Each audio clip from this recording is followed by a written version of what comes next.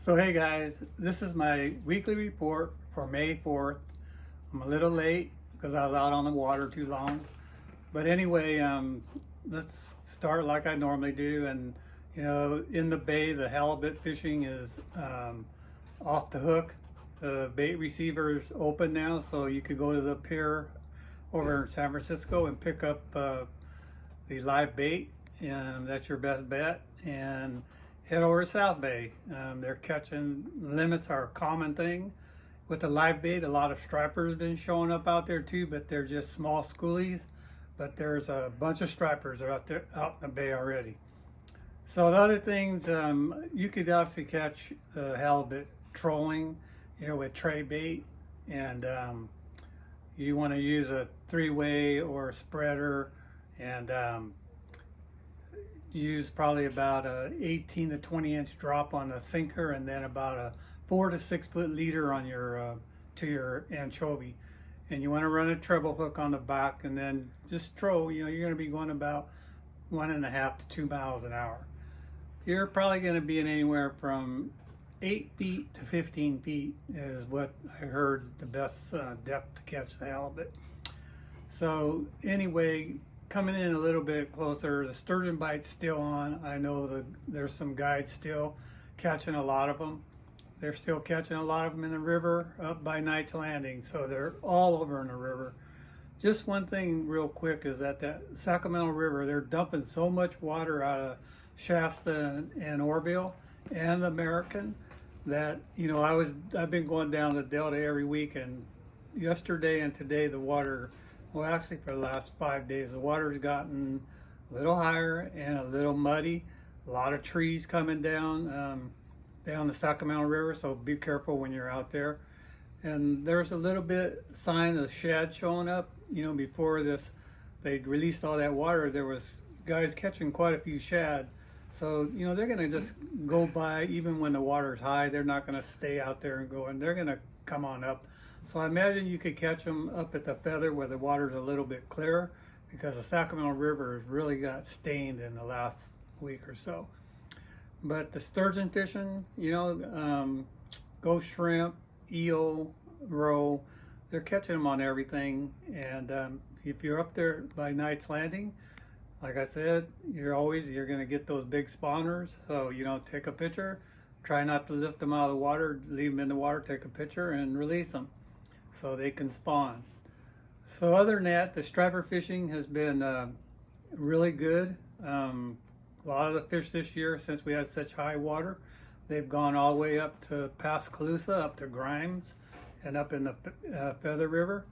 So they're very plentiful up there, but they're not it's just your males that come up first, and most of the fish up there are in that 18 inches to maybe 8 pounds. Most of them are the male ones that come up first.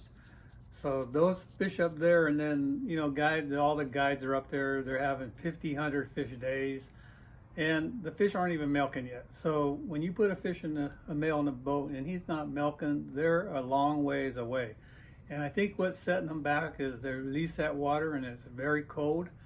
So it's got these fish, can't figure out what's going on because the days are actually getting longer. They know it's time, but the water temperature is not right. So they're just gonna stay around there, hang around, and you can have a field day and catch them. I did a bait fishing video a couple weeks ago before they started dumping water, and got a lot of bites, and we caught limits of stripers down here at Garcia Bend over in Sacramento. But now I think it's going to be a little bit tougher, and the water temperature probably dropped where I've been going down Delta. It's probably dropped maybe about 3 or 4 degrees, and I'm in the back sloughs, so it doesn't get affected as much. But I imagine the main river's probably dropped around 6 to 8 degrees. So it's going to put those fish off a little bit, so you'll have more time to catch a lot of them. And there's some nice fish. I think the bigger ones are in between the bay and the Feather River. I think they're in the Sacramento, but as this high water gets muddy, it's more difficult to catch them. I was out in Liberty yesterday, and I went striper fishing in the morning, and I never got one bite. The water clarity is good. You can see down about 2 feet. And then I went bass fishing, and we caught a lot of bass. Didn't get any giants, but we caught some nice ones.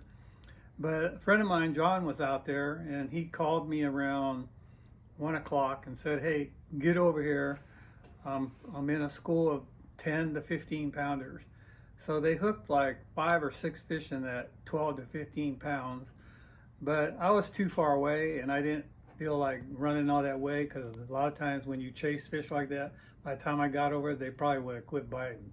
So we just continued to bass fish. You know, we caught quite a few bass. We didn't get any giants, but I didn't expect to where I was, because my intention was to go out and catch stripers. But there is some nice schools of stripers around this area. I know Mark Wilson's been catching some nice ones over there by the Antioch Bridge and the West Bank. They've been seeing a lot of teeners, so you know those females are coming. So they're going to make their way up the river. Hopefully this faster water and everything slows them down a little bit, and they hang around a little more, and we can get into some nice females around here. But other than that, you know, fishing's good. I'd say if you really want to get into the stripers, I would head up north. Other things happening around the area.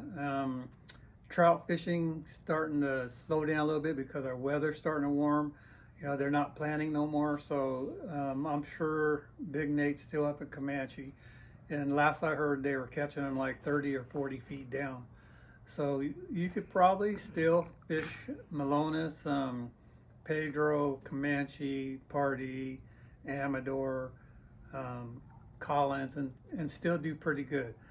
And as far as like Buller's Bar, I know they're still catching a lot of kokanee there, but they're no bigger. They're still around that 8 to 10 inches, but you're allowed 10. And you can throw, I heard the last friend of mine that went last week was catching them in around 30 feet of water. So those are very simple. You know, I did a video on that. If you want to see how I did it, watch that video. You could go back. I did about 100 videos now, so you can go back and look and watch them. But there's a way to set it up, you know, make your leader short, and you'll be very successful. So other than that, fishing, I think in general, I've been doing a lot of bass fishing.